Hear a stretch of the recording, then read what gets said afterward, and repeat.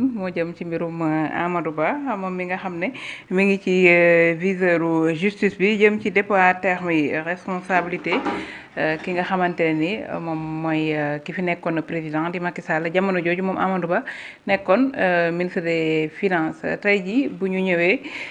peut-être jàpp ne Amadou Ba am na ci responsabilité également est-ce que duñu ko njort ci ki fi nekkoon président di Macky Sall. waaw loolu mën na nekk. mën na loolu mais loolu liggéeyu enquêteur bi la. enquêteur bi nga xamante ni moom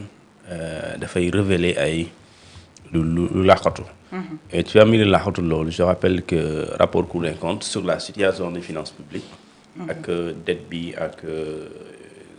dette endettement bi. bu Sénégal am enquête bi dañuy évoquer ay faits ay actes yu ay nit posé. mais jamais ñu tudd turu nit. mais ay fonction lañu doon tudd te fonction vraiment su la waxee ministre des finances ministre du budget ministre délégué directeur du budget directeur de la dette publique ou bien directeur de la comptabilité publique et cetera. même bu ñu tuddul nit période dafa am lu ñu tudd la temporalité c'est-à-dire que ñu ne la période X ba période Z. ñi fa nekkoon donc ñooñu enquêteurs yi ñoom ñooy dem seeti les renseignements wala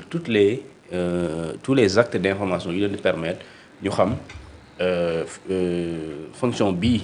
de 2019 à 2024 kan moo ko nekkoon. et su boobaa ça reviendra à situer les responsabilités léegi nag.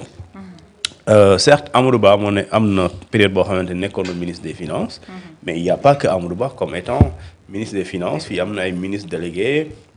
am na également ay directeur du budget am na directeur de la dette publique ak directeur de la commande publique yu bëri te rapport yi bind na ci ku nekk li nga def te yoon tere ko et pour la plupart liy ñëw c'est l'article 125 de la loi bi nga xam ne mooy sur la comptabilité publique léegi nag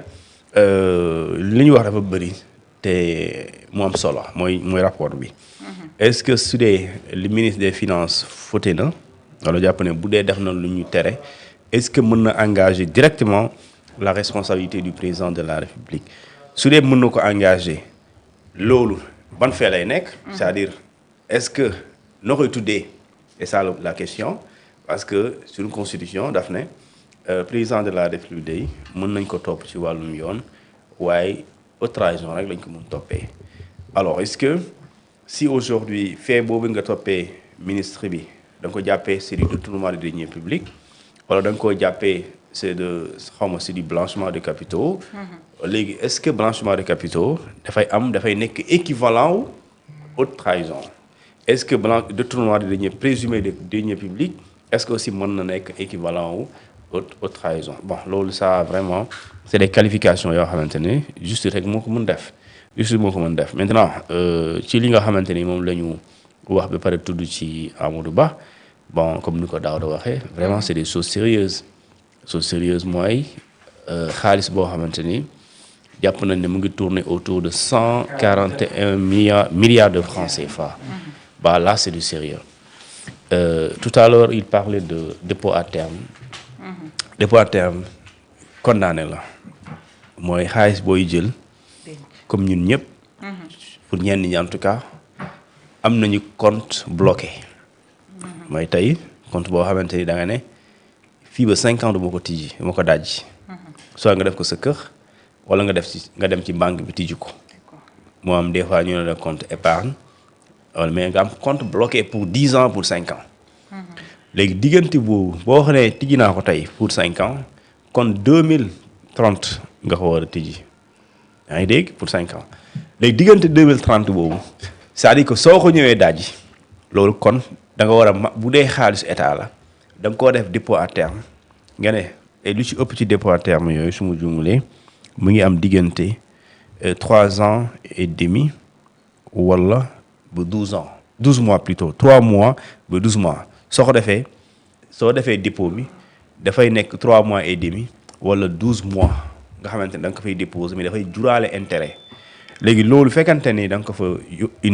ko fa teg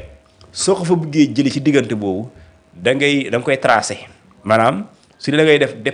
dépense yooyu dafa war a nekk des dépenses de l'État mais bu dee da nga koy dépenser aussi même bu nekkee dépense de l'État dañ ko war a gis maanaam dañu war a gis la traçabilité lu tax xaalis bii ñu dencoon fii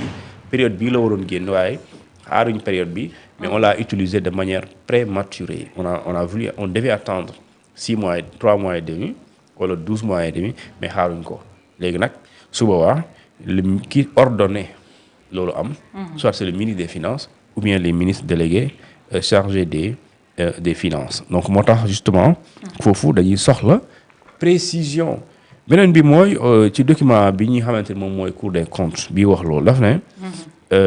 ci benn ouverture dépôt à terme dañ koo tijji ba pare liquider ko mooy dugal nañ fa xaalis ba pare mais dañ ko génne sans que les fonds soient tracés ni reversés mooy dénk nañ ko ci benn banque bu tudd BRM yóbbu ko fa mu toll ci 4,1 milliards de francs CFA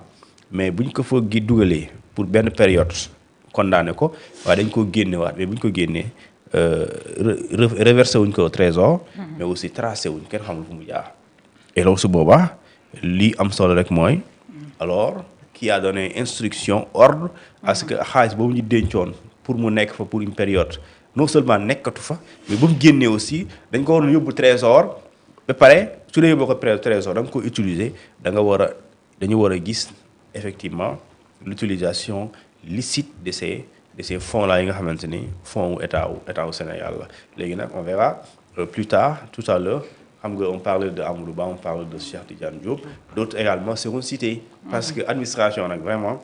nii la c'est des chaînes de responsabilité donc kii mooy il y a la supérieure hiérarchique il y a la base opérationnelle il y a ñu nekk ci diggante bi il y a des intermédiaires donc yooyu ku ne di nga xam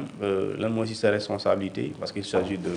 questions d'argent on verra les jours à venir Amadou Ba mi ñëw parce que Amadou Ba yàgg nañ ko tudd ci lu mel nii ba léegi mosuma dégg mu wax ci mosuma dégg également ñu ne woo nañ ko pour ñu laaj ko léegi j'espère cette fois-ci on va voir lan mooy nekk la suite de toute façon c'est du sérieux et 141 milliards de francs CFA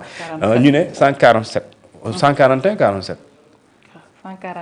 141 milliards 141 waaw milliards de francs CFA cassés 194 millions voilà 87 millions autant pour moi cassés et non reversés cassé mooy séddale ñu tasaare ko morcelé ko bu doon terrain mooy morcelé ko wala bu nekkoon xarum tabaski fees ko waaw fees ko daggate ko waaw dañuy jox aaw bi xam ko yéen maam pala rek ma xale yi milliards yi bëri na nu si réew mi danoo bëri milliards nag est-ce que lii boo doon jël waa dëkk bu ne nga jox leen 5 milliards xaju si kenn du coow kenn du coow de waaw ñëpp dinañ am waaw jamaay du def loolu jamaay defal loolu 100 milliards ngay lijjanti chaque commune nga joxe foofu 1 milliard 5 milliards tu penses que du yomb nga dajale xale yi góor yi ñu am projet nga financer leen à hauteur de 100 millions gëm naa ne su boobaa dëkk bi dina avancer nag waaw te kenn du gis loo yóbbu leneen mu di scandale au cœur de la République livre boobee nga xam ne moom Pape Alé Niang noonu la ko tuddee